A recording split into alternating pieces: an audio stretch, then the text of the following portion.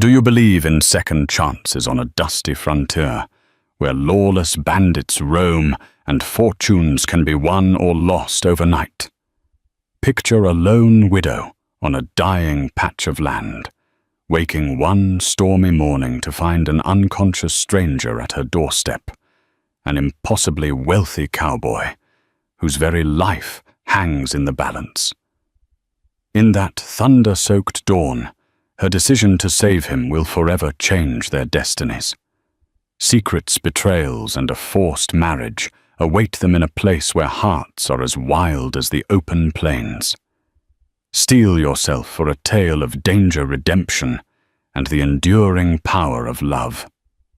Clara Thompson woke to the distant boom of thunder. She blinked against the early morning light that filtered through the single window of her remote cabin set on the fringes of Redwood Canyon. It was the same cabin she had shared with her late husband Daniel until a fateful day 2 years ago claimed his life in a ranching accident. Ever since the place had become her refuge, an isolated piece of land in the southwestern territory, surrounded by rugged mountains and crimson stone formations that inspired the canyon's name. Outside, an unseasonal storm battered the earth, sending rivulets of muddy water, carving new channels near the corral. The gallop of her heart rivaled the thunderclaps when she noticed something amiss through the window near her porch. Half hidden by the tall grass, lay a figure soaked to the bone. Swiftly, she threw on her boots, heart pounding in her chest. As she dashed outside, the storm lashed at her hair and clothes. Lying crumpled in the mud was a man unconscious, wearing tattered finery that suggested wealth. A broad-brimmed hat with a gold-embroidered band lay inches away, battered beyond recognition by wind and rain. There was a patch of dark red on his left side blood. Without a second thought, Clara seized him under the arms, summoning reserves of strength she didn't even know she possessed. Inch by agonizing inch, she dragged him into the cabin. Inside, the warm glow of the fireplace highlighted his ashen face. He was tall, with finely chiseled features, half obscured by the stubble of travel. Carefully, Clara tugged off his damp coat and saw the bullet wound seeping blood through his shirt. She clenched her jaw. If she didn't act, he would die. Her late husband Daniel had taught her how to tend injuries. Summoning her courage, she heated water over the fire, crushed some herbs from her meager pantry, and cleaned the wound. The bullet had lodged shallow, but was causing plenty of bleeding. Through grit and determination, she managed to extract the slug. His weak gasps turned into ragged breaths, and in that small victory, Clara knew she had saved him from death's door, for now. As she sat in the corner of the cabin, watching over this stranger, fear rattled her exhausted mind. How had he found her remote cabin? And why did he have a bullet wound? Shaking off the questions, she decided to keep vigil for as long as it took, determined not to let another soul die under her roof. 3 days passed in a haze of chores and watchful nights.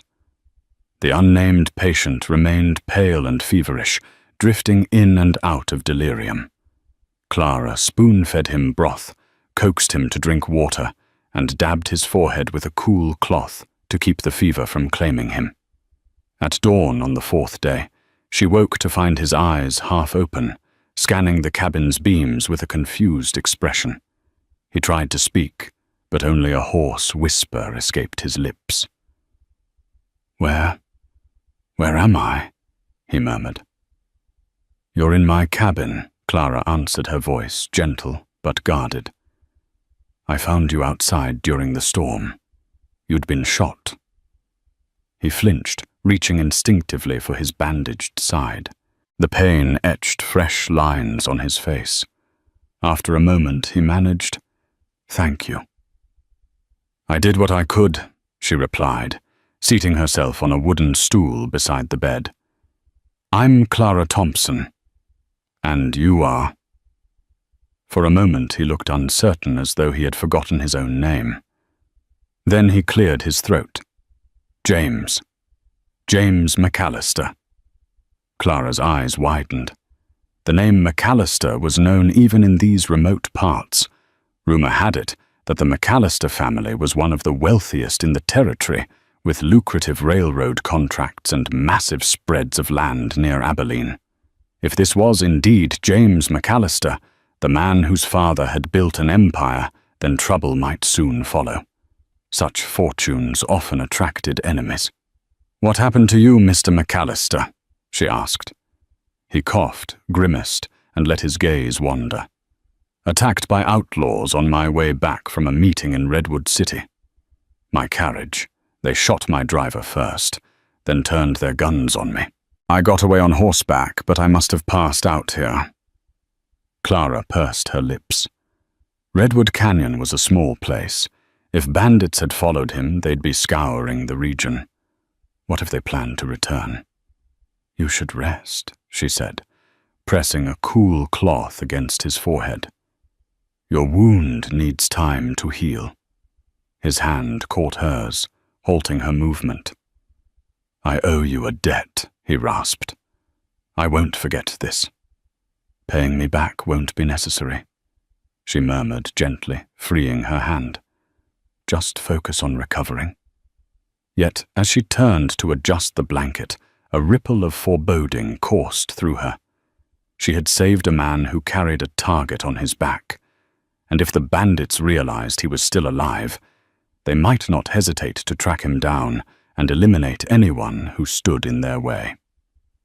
A week later, James had recovered enough to sit up for an hour at a time. Though he was far from robust, the fever had broken and color returned to his cheeks.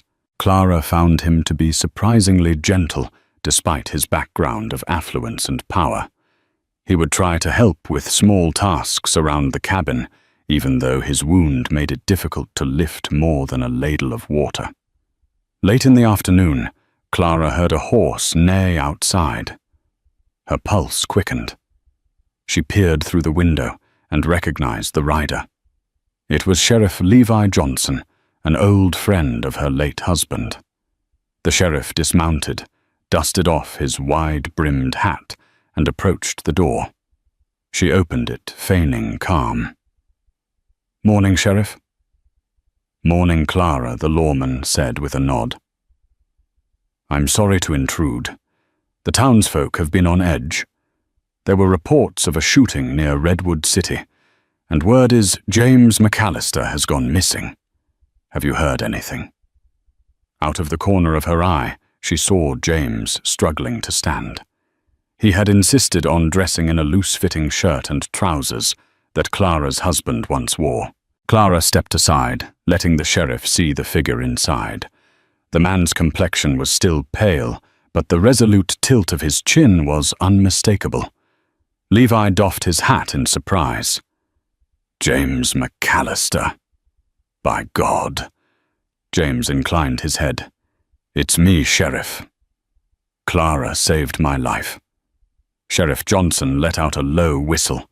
"It's been a hot topic in Redwood. Folks have been searching for you. Seems like you got some dangerous enemies."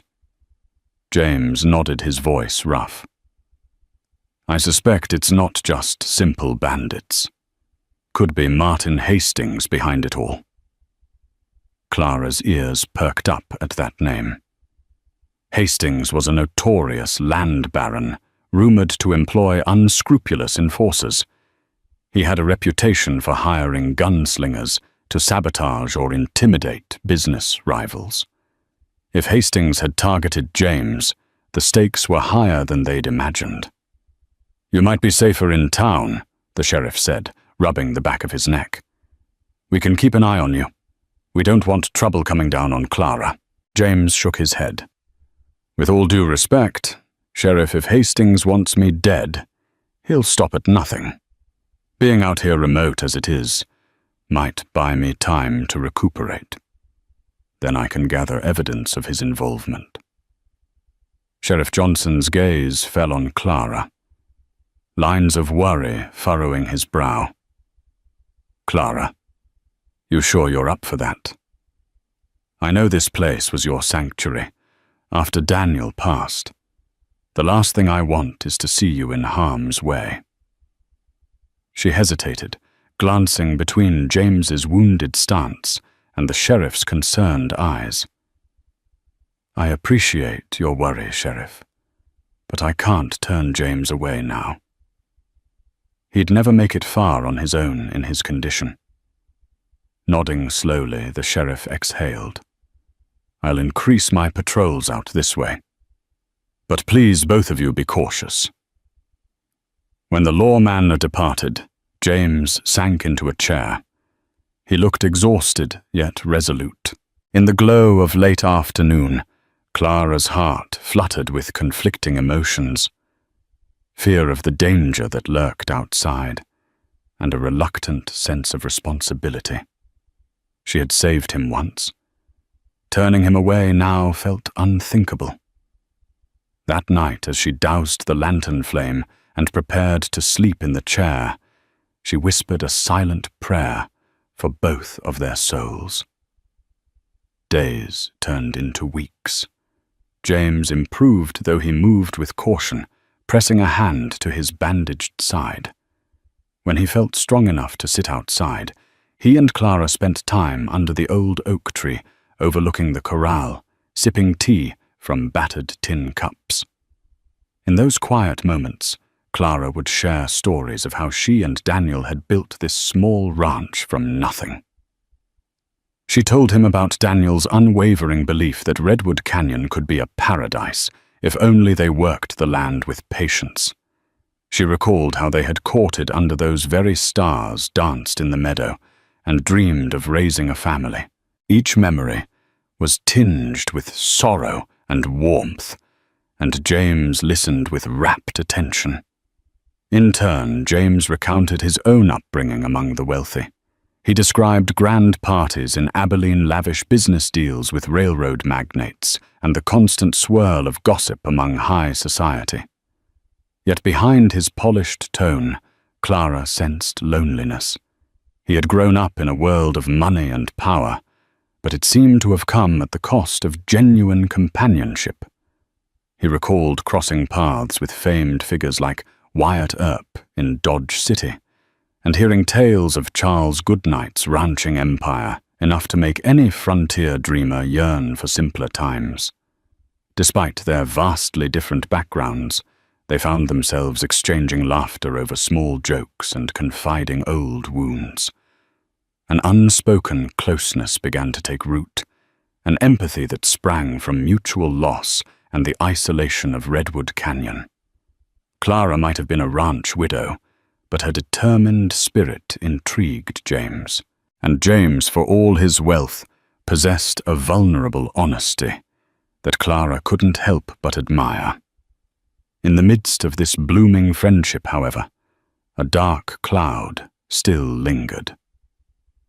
One evening, as the sun set behind the mesa, turning the sky blood red, James admitted, "Hastings won't let my survival stand.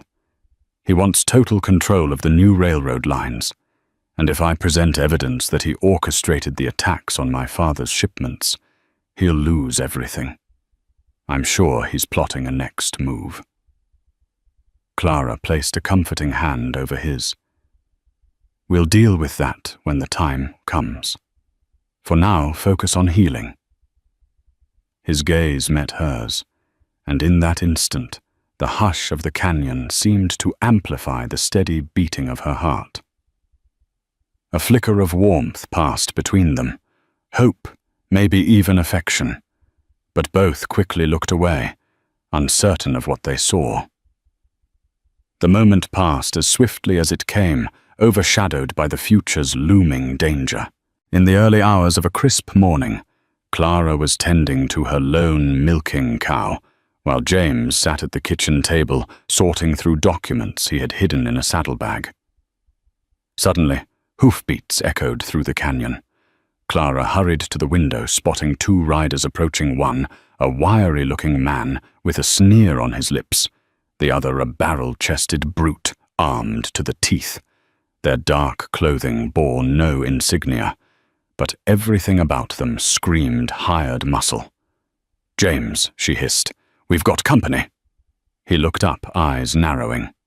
"Stay behind me." She retrieved her late husband's shotgun from above the mantel. Though her hands trembled, she loaded it with swift precision.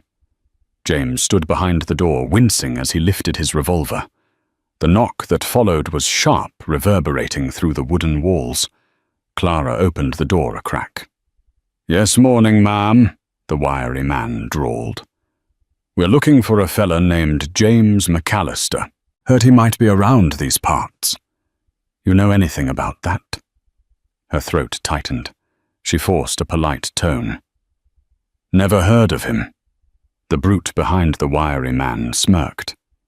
"Mind if we come in and look around, little lady?" Before she could respond, the wiry man kicked the door open, sending Clara stumbling backward. James, waiting inside, aimed his revolver. The intruders froze momentarily upon seeing they were not unarmed. For several tense seconds, all that could be heard was the ragged breathing of 4 people. The wiry man sneered.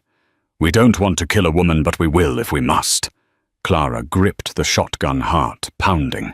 James's arm shook, but his eyes burned with defiance. "Get out," he said, "or the next bullet finds a target. You sure you can pull that trigger with that busted side?" the brute taunted, inching forward. "We've been paid real nice to bring you back, dead or alive." A shot rang out, but from neither James nor Clara. It came from outside. The splinter of glass erupted from the window beside the intruders. Sheriff Johnson's voice echoed. "Drop your weapons, boys, or I'll drop you." The men cursed, weighing their chances. Another bullet whizzed past the door, and they scattered, diving onto their horses. In moments they disappeared over the ridge, chased by the sheriff's warning shots. Sheriff Johnson galloped into the yard, dismounting and rushing inside. "You two all right?" he asked breathlessly. Clara nodded shakily, leaning against the wall to steady herself. "Thank you, Sheriff. They would have killed us both." "Damn right they would have," James said, wincing as he set the revolver down. "Hastings is behind this." The sheriff's face hardened. "I've got men patrolling the roads, but it looks like these goons slipped past. We need to think about a safer arrangement. This is only going to get worse." Though neither Clara nor James spoke it aloud, they both realized that Redwood Canyon was no longer safe. The siege had begun, and the next attack might be the last. Despite the threat looming, James refused to leave Clara's side. As the days passed, rumors spread that Martin Hastings had dispatched multiple hired guns throughout the territory to locate James. Meanwhile, Redwood City's mayor, in a bid to maintain public order, demanded that James appear before a local judge to testify about the attempt on his life. A swirling storm of legal drama, public intrigue, and the unstoppable rumor mill threatened to wash away the fragile peace they had found. With the sheriff's insistence, Clara agreed to accompany James into town. If forced to present himself in court, he wanted to protect Clara from any retribution Hastings might unleash in his absence. So one chilly morning, they packed their meager belongings, loaded the wagon, and made the journey along the twisting canyon roads, guarded by 2 of the sheriff's deputies. Redwood City was a modest settlement with wooden sidewalks, a single main street, and a cluster of essential businesses. The saloon, the general store, a bank, and a small church. Still, it felt like a bustling metropolis compared to Clara's cabin. The stares of townsfolk followed their wagon as it rolled in. James, draped in a long coat to hide his bandaged side, kept a hand near his holster. Clara felt uneasy under the scrutiny. Whispers of, "That's James McAllister," And isn't that Daniel Thompson's widow, drifted from doorways and corners? They took shelter in a humble boarding house run by Mrs. Eugenia Bell, a stern but fair woman with deep lines in her face from years of frontier living. At the sheriff's urging, 2 deputies remained nearby. That first night in Redwood City was tense and silent, as if the entire town held its breath for what might happen next. Morning arrived with a swirl of new drama. A telegram from Abilene confirmed that James's father, Richard McAllister, had succumbed to a sudden heart attack. Clara found James in the boarding house parlor, telegram in hand, eyes raw with shock. He was now the heir to the entire McAllister fortune. "I can't believe he's gone," James whispered, folding the telegram. He was strong, always strong. Hastings's sabotage, the stress of everything, must have been too much. Clara placed a comforting hand on his shoulder, her heart breaking at the sorrow etched into his features. "I'm so sorry, James." But the news set off a chain reaction.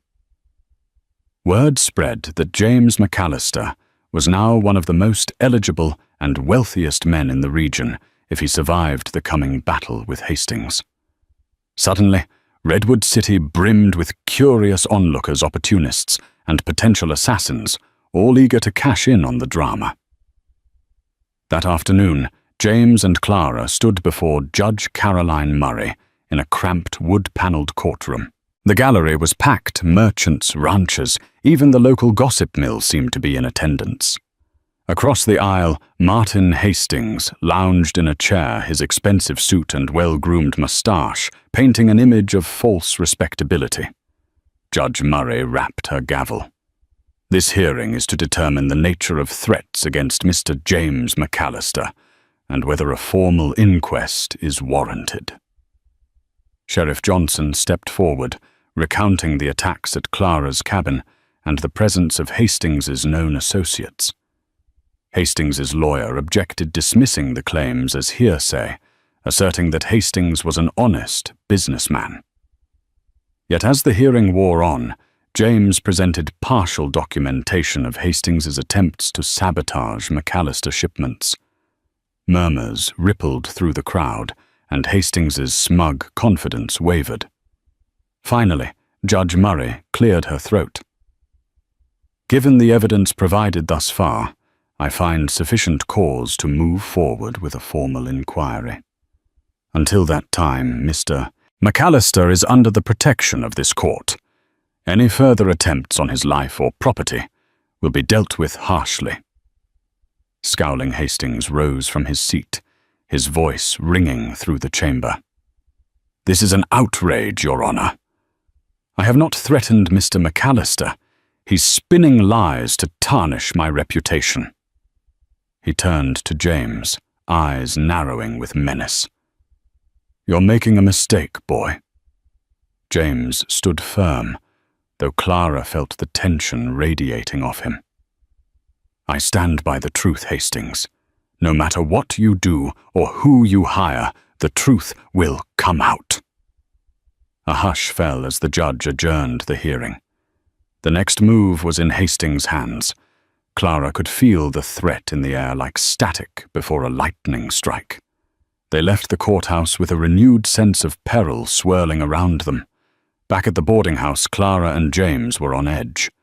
The sheriff's deputies reported sightings of suspicious men lurking around the outskirts of town.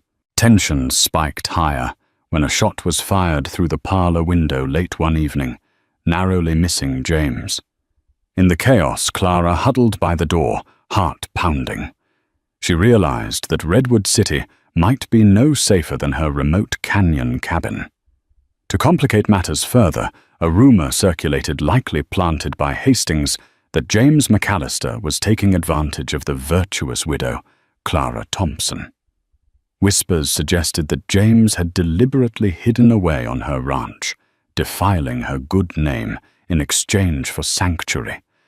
Clara could hardly step onto the boardwalk without overhearing snide remarks or noticing the judgmental stares of townsfolk. "You hear what they say about us?" she asked James one night, unable to mask her hurt. "They're calling me things no decent woman wants to hear."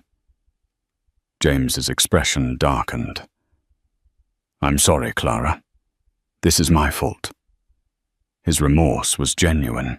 However, the gossip escalated until Miss Harriet Clyburn, leader of the local ladies' society, paid Clara an unannounced visit, spouting warnings about the impropriety of her living arrangements with James. The final blow came when Judge Murray, concerned for public decency and mindful of Redwood City's moral code, called both James and Clara into her private chambers.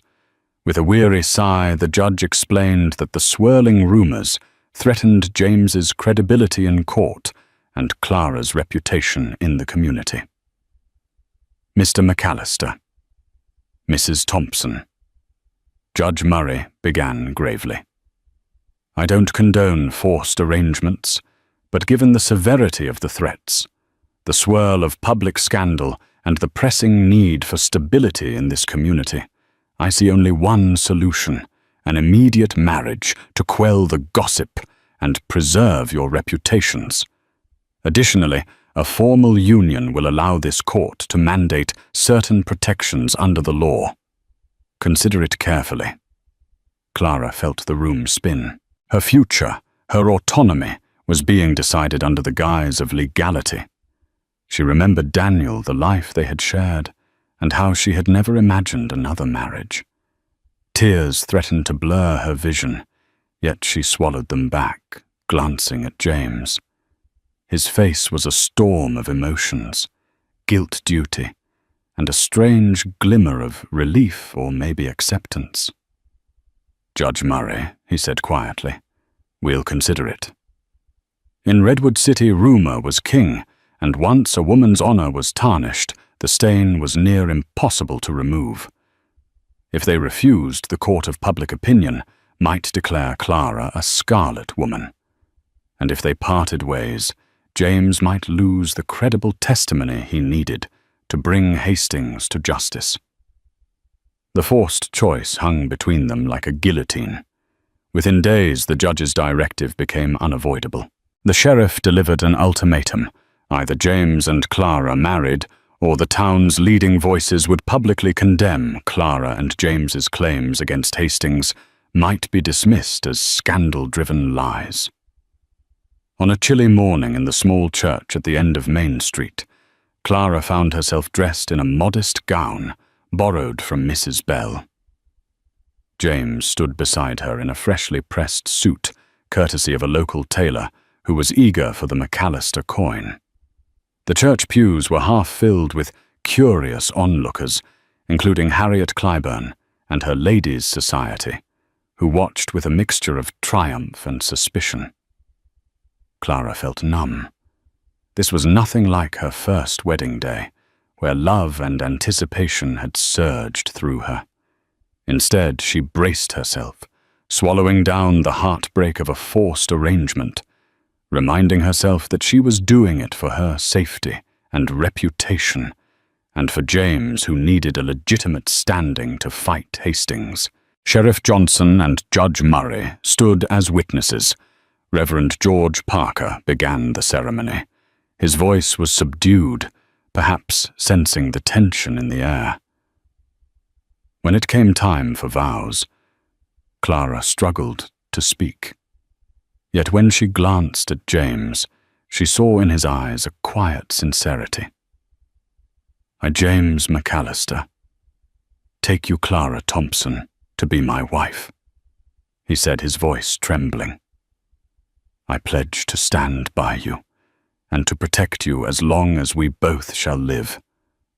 Clara inhaled sharply, tears burning her eyes. "I, Clara Thompson, take you, James McAllister, to be my husband," she managed. To stand by you and protect you as long as we both shall live." A hush fell when Reverend Parker pronounced them husband and wife. They exchanged a brief, almost hesitant kiss, Applause echoed off the church walls, some genuine, some not. Outside, the midday sun shone too brightly, a glaring contrast to the storm of emotions swirling inside Clara's heart. In the eyes of the law and the town, they were now bound together, for better or worse. The new Mr. and Mrs. McAllister found refuge back at the boarding house, though they now occupied the same room, an arrangement that brought colour to Clara's cheeks every time she caught sight of the lone bed. She offered to take the floor or a cot, but James insisted on letting her have the bed.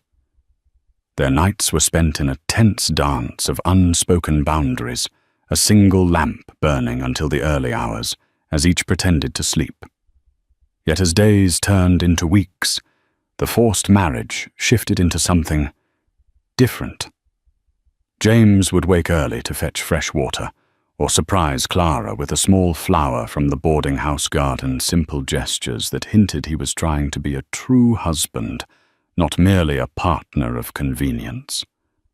Clara responded in kind, tending to his bandaged side with gentle care, ensuring he ate well and rested. There was a fragile camaraderie forming between them. One afternoon, as they strolled down Redwood City's main street, the stares were no longer contemptuous. A few townsfolk nodded respectfully, and Harriet Clyburn even offered a tight-lipped congratulations. Clara felt an odd sense of relief that the scandal had dissipated. Yet a deeper, more unsettling realization took root. Part of her was beginning to feel a genuine connection to James. They found themselves laughing over trivial things like the flamboyant mannerisms of Mr. Augustine, the barber, or the gossip Mrs. Bell peddled about, whose chickens had escaped. When she teased James for his city slicker ways, he'd feign offense and then grin, that mischievous light in his eyes disarming her. Still, the spectre of Hastings's threats and the forced nature of their union cast a shadow. Clara wrestled with guilt, feeling as if she was betraying Daniel's memory by even contemplating affection for another man. James, for his part, remained cautious. Some nights she'd catch him poring over financial ledgers and private letters from his late father, searching for more evidence to solidify his case. They were bound by law, but a new bond was forming out of mutual respect and genuine warmth. Neither dared speak of it openly, unsure if it would shatter under the weight of truth. Weeks later, with the official inquiry looming, tension gripped Redwood City once more. Hastings's men were spotted in the saloon in the livery stable and lurking around the edges of town. Rumor had it, Hastings had bribed or threatened multiple witnesses, ensuring their silence or false testimony. One evening after a quiet supper, James left the boarding house to meet with Sheriff Johnson and finalize plans for the inquiry. Clara remained inside, tidying up. Outside, a hush blanketed the streets. The air felt thicker, as though the night itself was bracing for a fight. Suddenly, a thunderous explosion rocked the boarding house. Clara stumbled, nearly dropping the dish in her hands. She rushed to the window to see flames licking at the front of the sheriff's office. Smoke billowed into the starless sky. Panicked cries and the clang of bells filled the air as townsfolk dashed to form a bucket brigade. Heart in her throat, Clara flung open the door. James was nowhere in sight. She sprinted toward the inferno, weaving through the crowd. Sheriff Johnson staggered out of the building, coughing, his hat singed. Clara seized his arm. "Where's James?" He was inside with me," the sheriff rasped. "We got separated when the blast hit." Anxiously, Clara searched the swirling smoke. Broken timbers and swirling embers blocked the entrance. A second explosion tore through the building, sending splinters careening into the street. The crowd retreated with cries of alarm. "I have to go in," Clara cried, trying to push past the sheriff. He held her back, wincing. "You can't. It's too dangerous, but a powerful wave of relief washed over her when she saw a soot-stained figure emerge from the side exit. James stumbled onto the boardwalk, coughing violently, one arm clutching a charred briefcase. Clara rushed to him, and they clung to each other for a moment, ignoring the chaos around them. "Are you hurt?"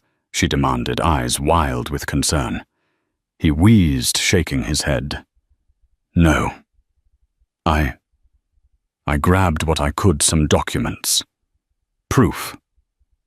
Hastings tried to torch the evidence.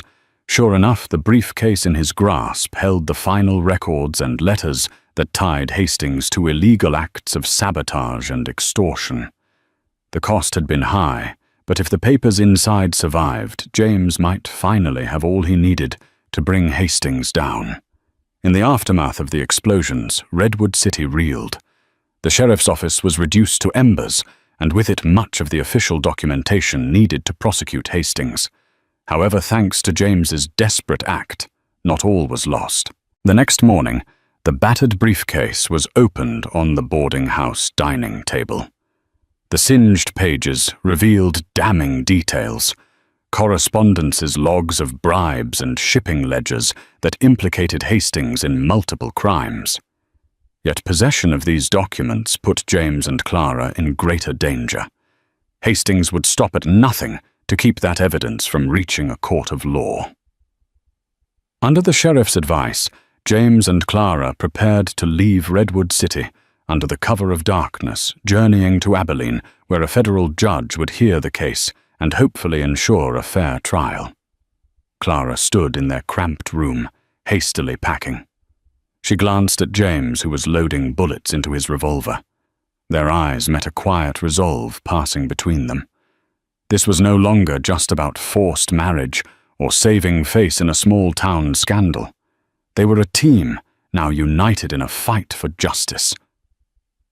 That night, they slipped out of Redwood City, escorted by 2 deputies. The moon was barely a sliver in the sky, offering meager light. Every snap of a twig or distant coyote howl made Clara's heart lurch.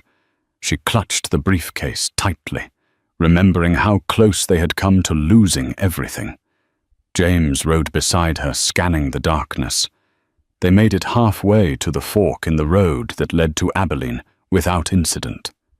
But as they rounded a bend, the deputies in front halted abruptly. There, silhouetted by lantern light, stood a gang of riders, at least 6, maybe more. Clara's blood ran cold. Hired guns. Hastings's men. She and James exchanged a tense look. In unison, they veered their horses into the brush, the deputies firing shots to give them cover. Clara's heart thundered as she clung to the saddle. Bullets whizzed overhead, and the acrid smell of gunpowder filled the air. James urged her to ride faster, guiding her horse away from the firefight. A cry rang out one of the deputies hit, but there was no time to turn back. The hired guns gave chase, their hooves pounding against the rocky ground like a deadly drumbeat. Clara clutched the briefcase, her mind racing. Was this how it would end? Another tragedy on the frontier. With adrenaline surging, she followed James along an overgrown trail. Their pursuers were close, but the darkness gave them some cover. Then, as if guided by fate, James spotted a narrow rock passage. They ducked through it, just as a shot ricocheted off a boulder. The path sloped downward, leading them to a hidden ravine. Hoofbeats thundered overhead, but the angle of the canyon muffled their presence. They pressed on until the sounds of pursuit faded. Only the rasp of their own breaths and the distant howl of wind remained. Slowing their mounts, they realized they had lost their escorts, but gained a momentary reprieve. Hearts racing, they shared a solemn look in the moonlight. The fight was far from over. Separated from the deputies and pursued by Hastings's men, James and Clara had no choice but to navigate the wild countryside under the stars. They forded shallow streams, traversed rocky outcroppings, and skirted the edges of ghostly gulches. Every moment bristled with tension, as if the night itself held its breath.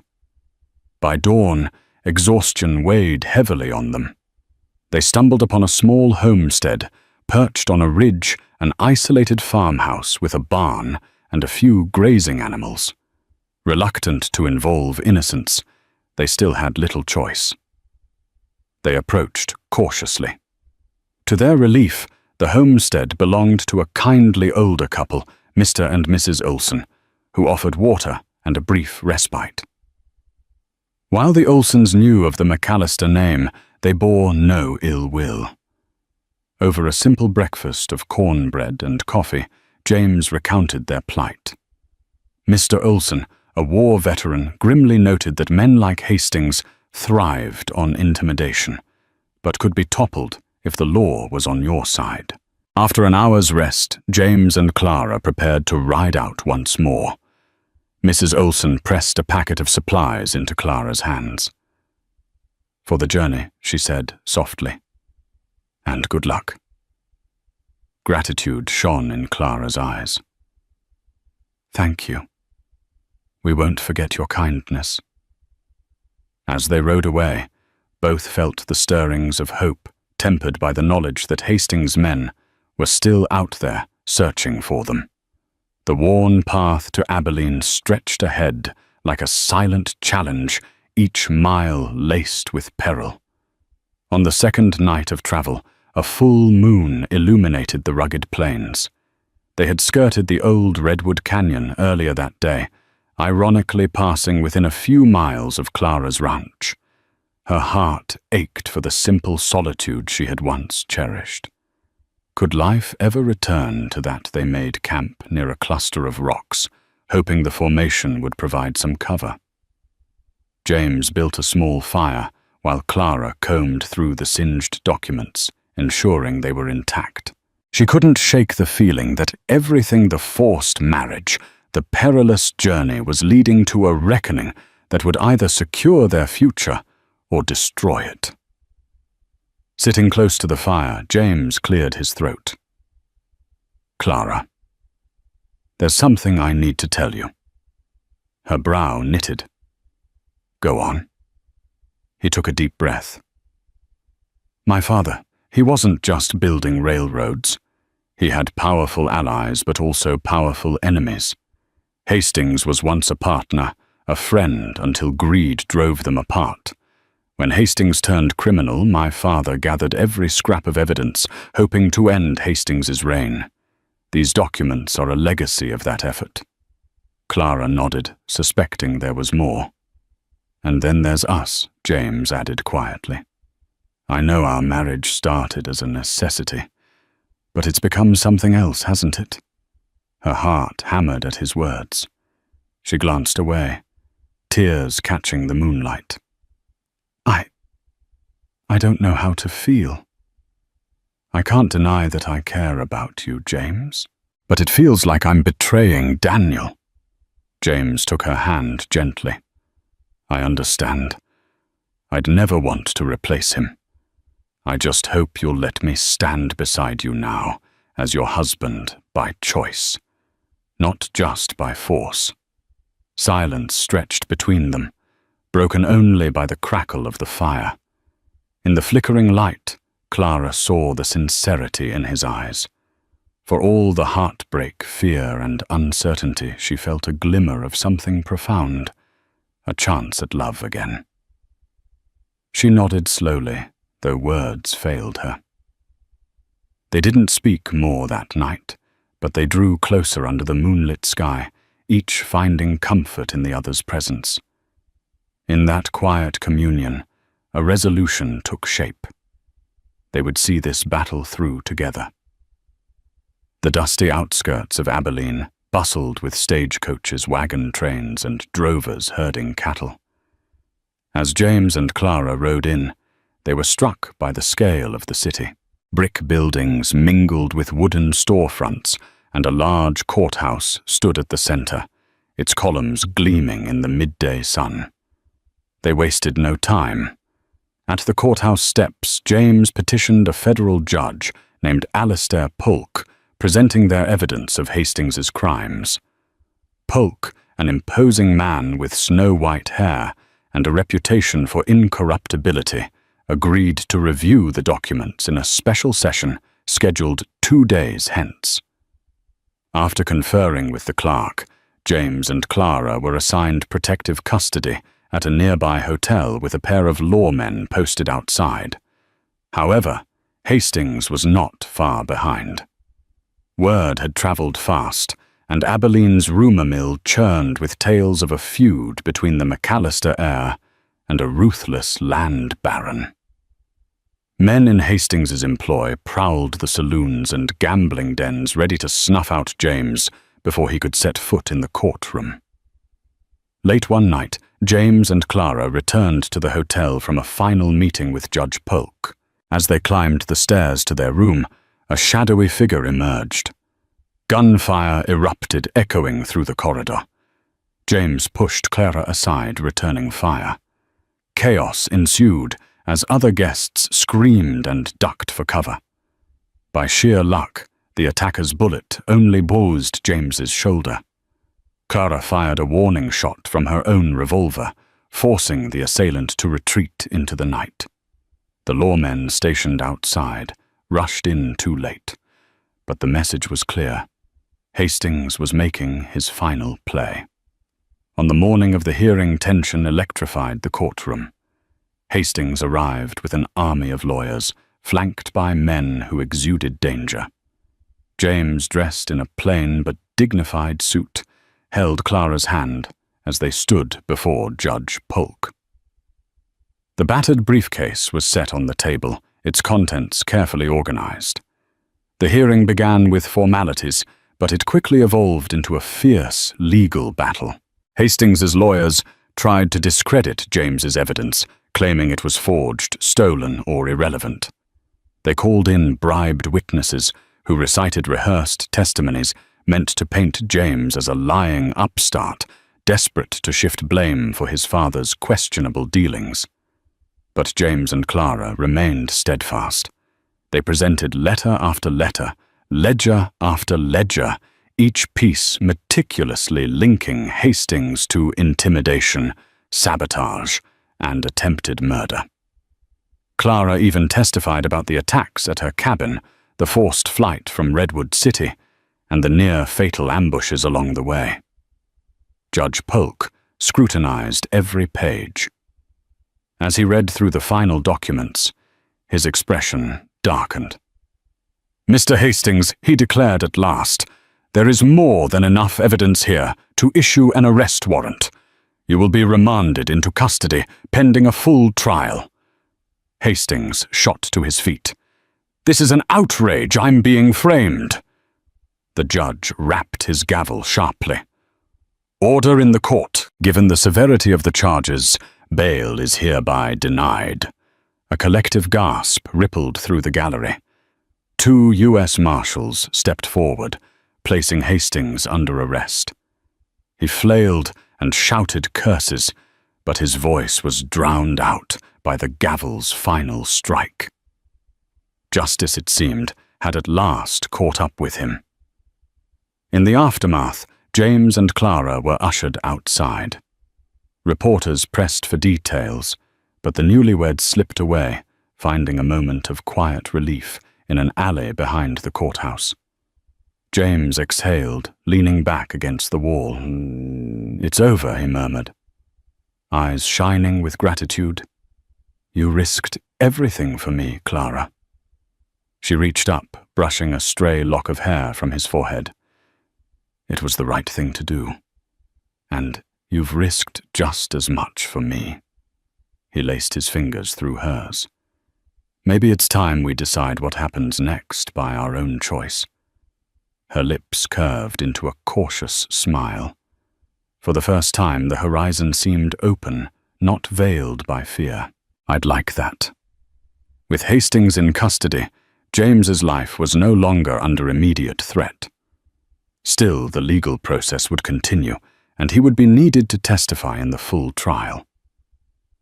Clara, meanwhile, felt a growing urge to return to Redwood Canyon, to see if her old life could somehow merge with this new one. After arrangements were made with the marshals to ensure ongoing protection, James and Clara left Abilene for Redwood Canyon. This time they traveled without fear of hidden assassins at every turn. The journey was surprisingly peaceful, offering them a chance to talk, to imagine a future no longer overshadowed by bullets and bribes.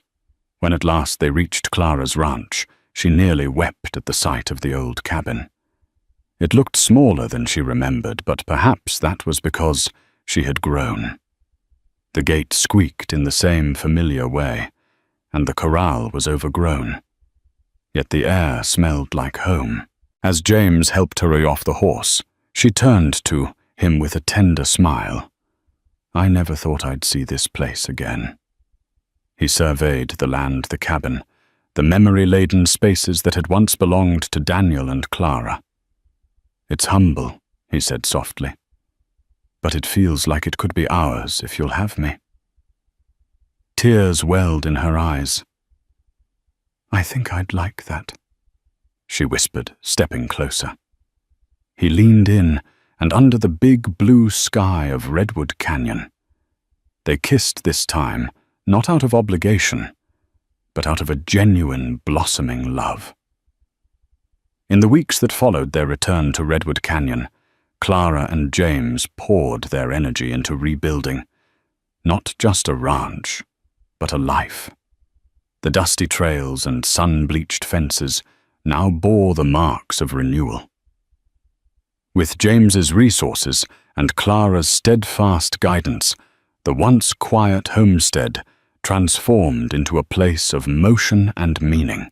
The corral was reinforced with new wood, the garden resown with hardy vegetables and flowering herbs, and the roof of the cabin, damaged in so many storms, both literal and emotional, was mended. James hired trusted hands, including Miguel, a loyal ranch worker whose family had worked McAllister lands for generations.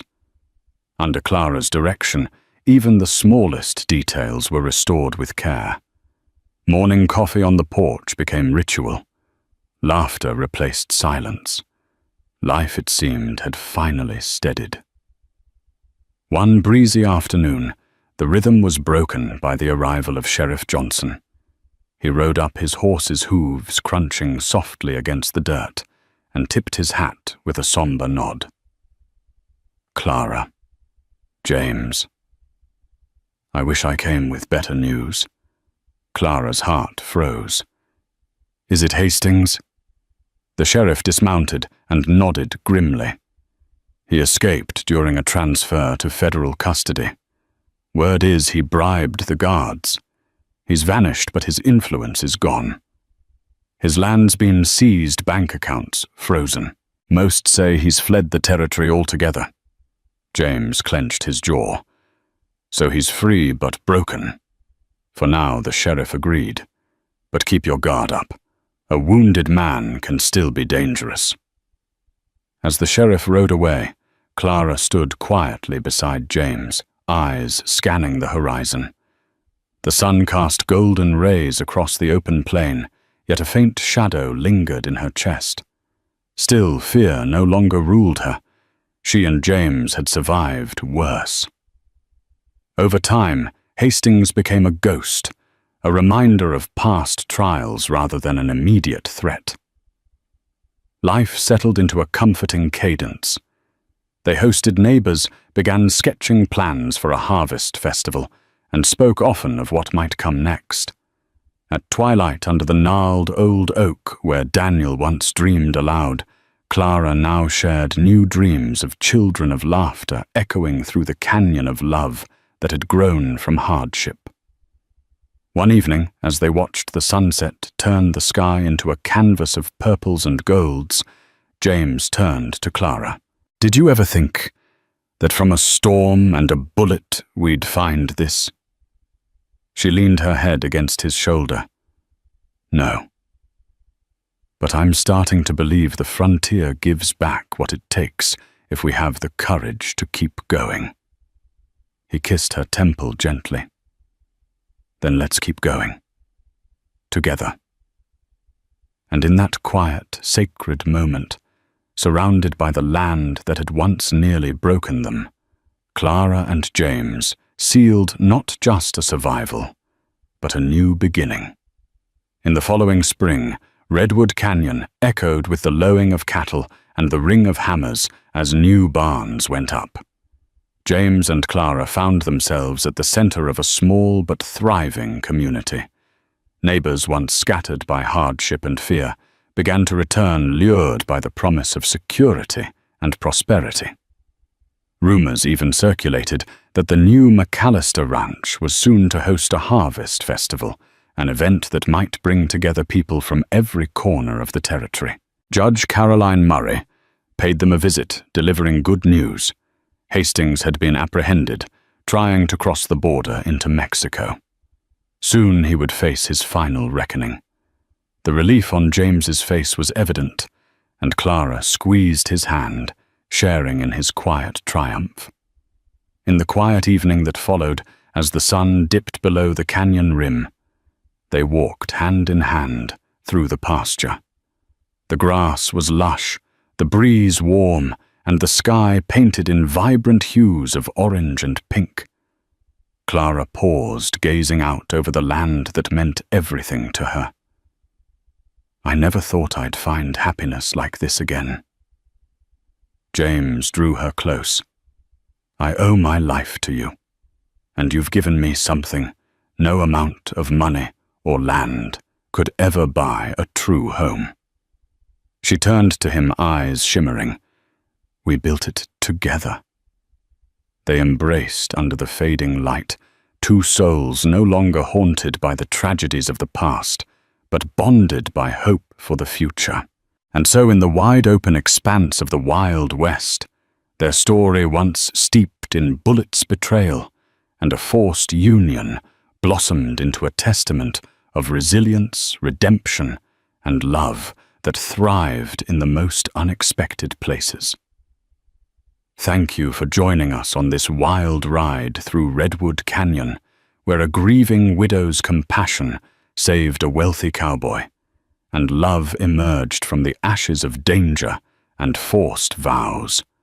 Clara and James faced ruthless outlaws, scorching gossip, and the very real threat of a power-hungry tyrant, yet they triumphed.